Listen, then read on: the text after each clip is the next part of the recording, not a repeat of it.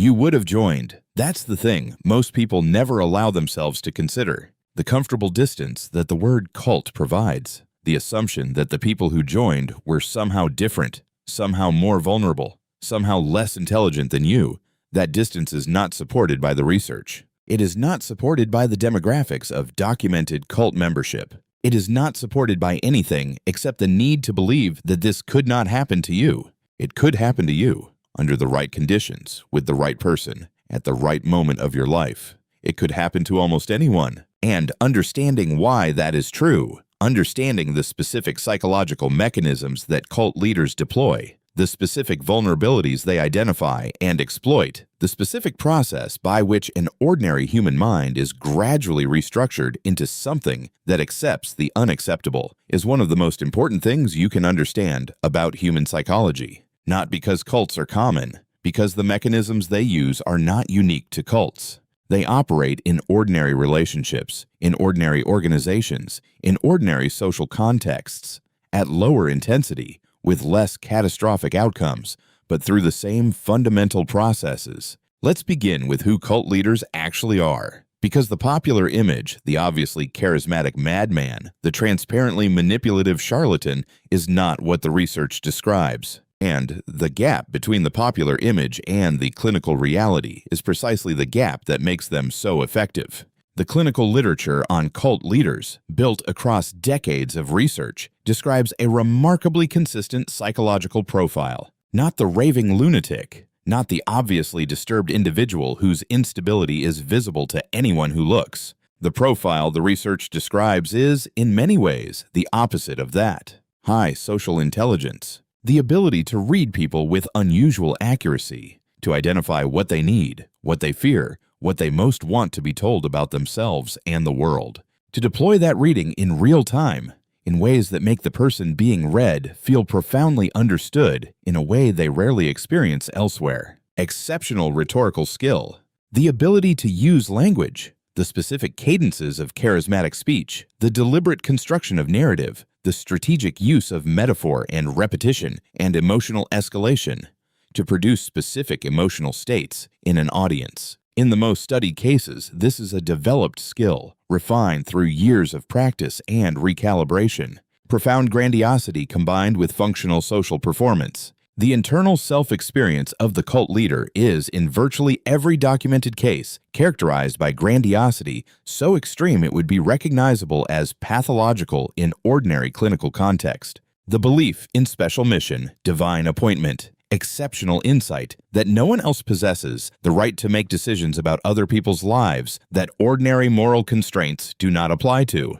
But this internal state is consistently paired with a functional social performance that conceals it, presenting as confidence rather than delusion, as vision rather than megalomania, and, most importantly, a specific and profound deficiency in the experience of other people as fully real. Other people in the cult leader's psychology are not ends, they are means. They are the audience for the performance, the validators of the grandiosity, the raw material for the construction of the reality the leader's psychology requires. This last feature is the foundation of everything else. It is what makes total psychological domination not just possible, but from the leader's internal perspective, entirely justified. Here's what the developmental research tells us about where this specific psychology comes from.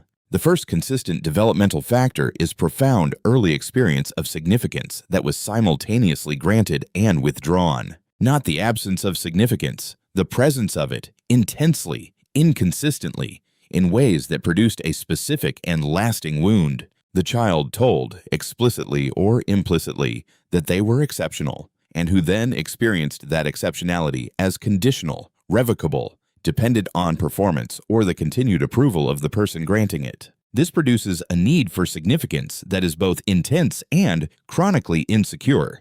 The person who has always been told they are special, but for whom specialness was never stable or unconditional, develops a relationship with significance that no amount of external validation can permanently satisfy.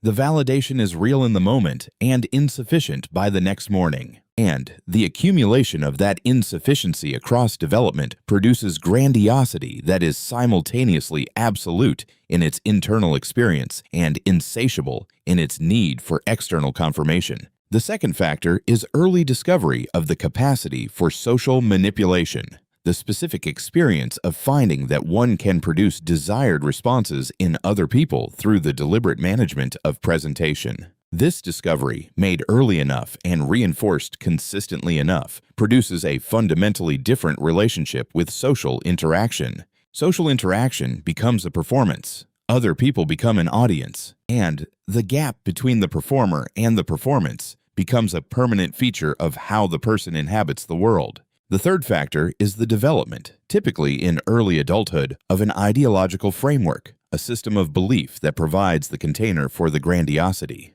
Whether religious revelation, political vision, therapeutic insight, or spiritual awakening, the psychological function is identical. It is the narrative through which the leader's need for exceptional significance becomes a calling rather than a pathology, a mission rather than a compulsion, a gift rather than a wound.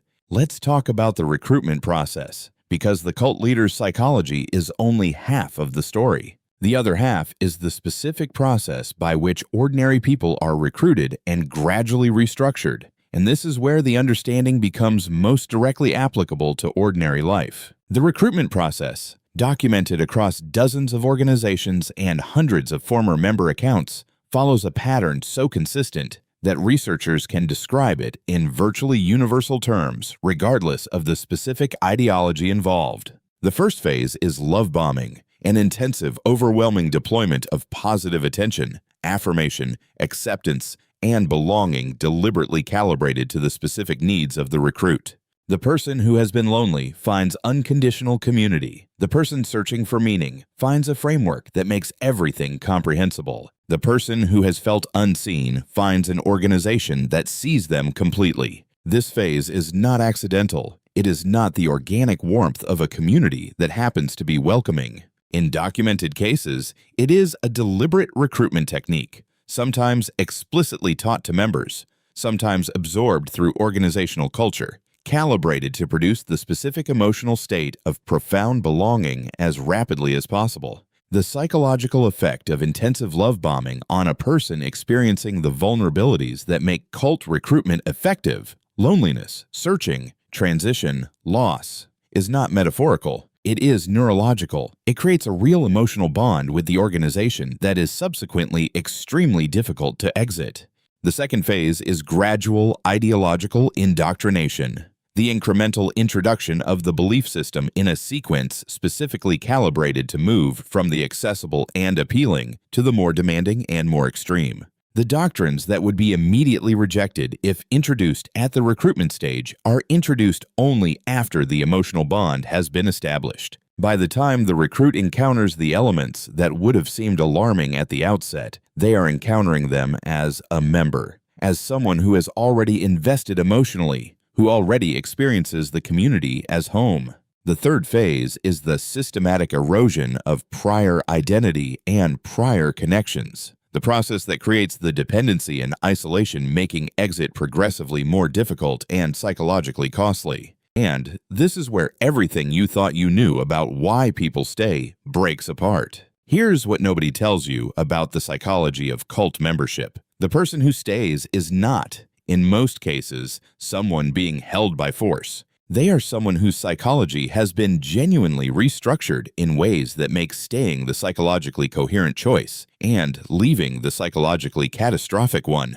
That restructuring operates through three mechanisms that are recognizable features of ordinary human psychology, deployed with unusual deliberateness and intensity. The first is identity replacement. The cult provides members with a complete identity. Who they are, what they believe, what their purpose is. The member's sense of self becomes inseparable from their membership. Leaving is not just leaving a group, it is losing the self. It is psychologically a form of death. That specific cost is what makes exit so difficult for people who would benefit enormously from it. The second is thought stopping, the deliberate cultivation of specific cognitive responses to doubt. In every documented cult context, There are established responses to internal questioning that redirect doubt away from its target and back toward the member's own inadequacy. The thought that questions the leader is a sign of spiritual immaturity. The feeling that something is wrong is evidence of the member's own impurity or resistance. The doubt is not information about the organization. It is a test to be overcome. These mechanisms do not simply suppress doubt. They weaponize it, turning ordinary uncertainty into evidence of the member's own failure, driving greater compliance and deeper investment. The third is information control, the systematic regulation of what members read, watch, discuss, and are exposed to, ensuring the organization's framework is the primary lens through which all experience is interpreted. Former members consistently describe information control as one of the most lasting and damaging features of their membership. Jim Jones and the People's Temple, culminating in the 1978 deaths of 918 people in Jonestown, Guyana, represents the most extensively documented case of total psychological domination in modern history. Not because the mechanisms were unique, because the documentation of how they operated is more complete than almost any comparable case. The People's Temple began as a racially integrated religious community with genuine commitment to social justice. Early membership was drawn from people whose commitment to racial equality was real, not naive or psychologically impaired people, but people responding to a genuine social vision with genuine enthusiasm. The mechanisms of control were introduced gradually. Love bombing produced intense community belonging. Ideological indoctrination moved from accessible social gospel to increasingly extreme demands. Information control eliminated outside perspectives. Thought-stopping mechanisms reframed doubt as betrayal. And by the time the community was isolated in Guyana, geographically, psychologically, informationally, the restructuring was complete enough that 918 people complied with what Jones demanded when the moment came. Not because they had always been capable of this, because the specific process of psychological domination had produced a specific psychological state in which compliance with the leader's will had become, for most of them, the only psychologically available response. That process did not require abnormal people. It required ordinary people, subjected to specific and sustained psychological techniques over sufficient time with sufficient isolation from alternative perspectives. That is the most important thing to understand about Jonestown and about every other documented case of total psychological domination. 3 principles organize the psychology of this entire subject. The first, psychological domination, is achieved not through force but through the restructuring of the self.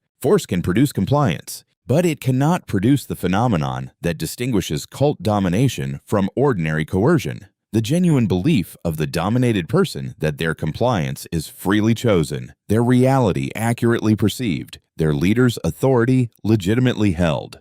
The achievement of genuine belief within total domination is what the psychological techniques are designed to produce. And it is what makes cult membership so resistant to outside intervention. The family member or mental health professional who attempts to reach the cult member through ordinary persuasion is engaging with a psychology specifically restructured to be immune to those mechanisms. The second principle, the cult leader's psychology and the cult member's psychology are mirror images of the same developmental wound. The leader needs the member's belief to sustain the grandiosity. The member needs the leader's certainty to sustain the sense of meaning and belonging. The relationship is not simply exploitation, though exploitation is its outcome. It is a specific form of psychological symbiosis between need and the specific distorted provision of that need that is self-sustaining until the external disruption that most members require to exit.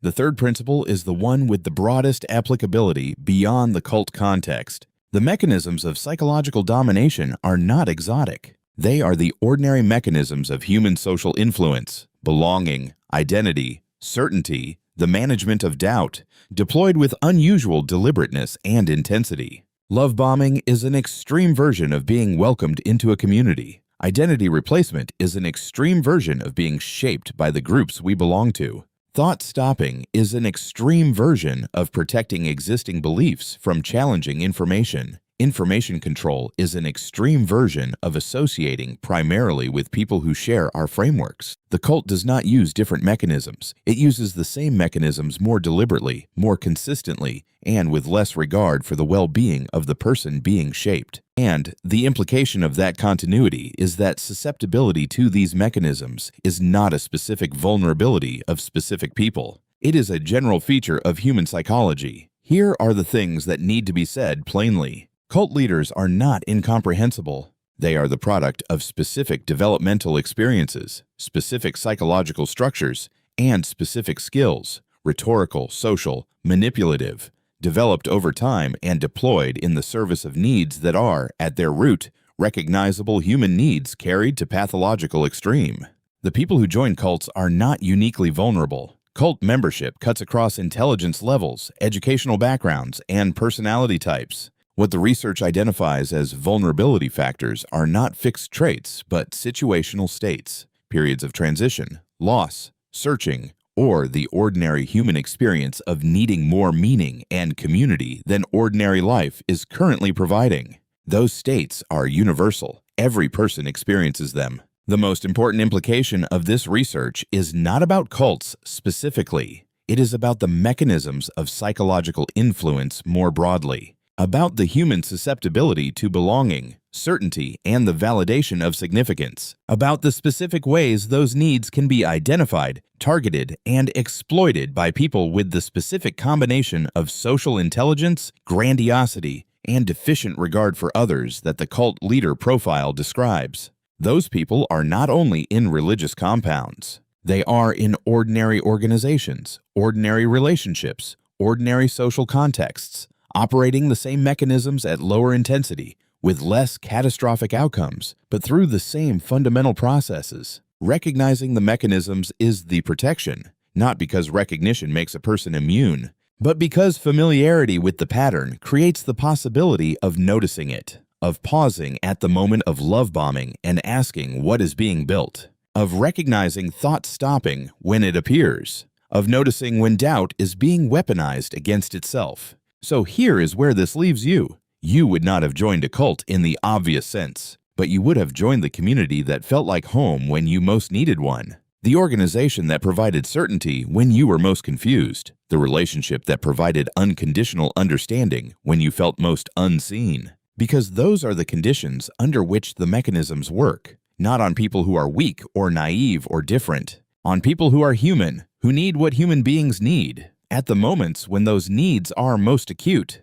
The cult leader's psychology is the psychology of someone who learned, early and deeply, that other people exist to validate a significance that was never stably provided, who developed the skills to identify and exploit the moments when other people's need for belonging, meaning, and certainty is most acute, who built an ideology that made the exploitation feel like a gift. The member's psychology is the psychology of someone who found, in the worst possible place, the thing they most needed, and who was gradually, systematically, skillfully helped to become someone who could no longer imagine existing without it. Both psychologies are human, both are comprehensible, both are the product of needs that every person carries. The understanding of how total psychological domination is achieved is not a warning about exotic dangers in distant places. It is a map of the human mind's most fundamental vulnerabilities, and maps are most useful before you're lost.